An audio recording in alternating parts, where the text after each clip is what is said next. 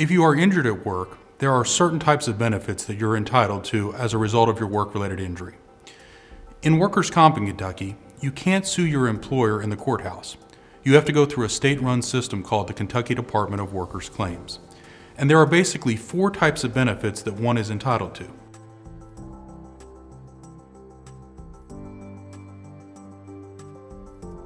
The first is medical coverage. You are entitled to all medical treatment of your injury, both now and moving forward. Anything reasonable, necessary, and related to the work-related injury. Under medical coverage, you have several sub-rights. The first is the right to choose the physician who you wish to treat your injury. And you have the right to choose once and change once without the workers' compensation carrier saying anything about it. A second sub-right is an entitlement to mileage reimbursement for any travel you have to make to hospitals, doctors, therapy visits. You are entitled to be reimbursed for that travel. The reimbursements must be turned into the workers' compensation carrier within 60 days of the travel, so it's important you fill out the forms and get them turned in as soon as possible.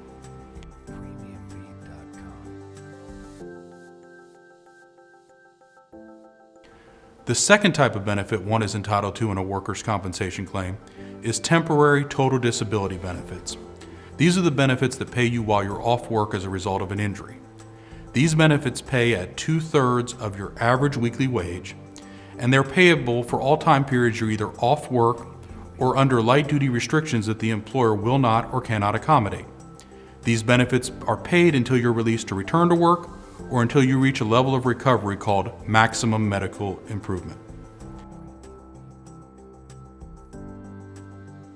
Once you get to maximum medical improvement, we move on to phase 3, which is permanent disability benefits.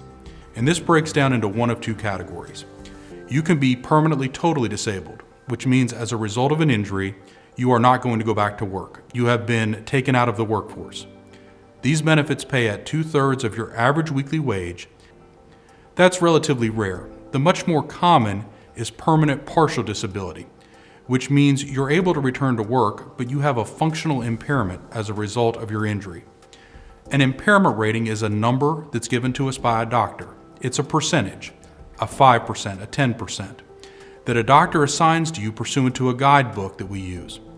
Then based on that impairment rating, there are additional benefits that you can recover.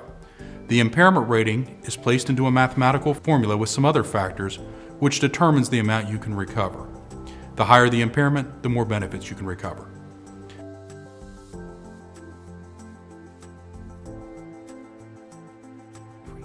The last benefit you're entitled to is vocational rehabilitation.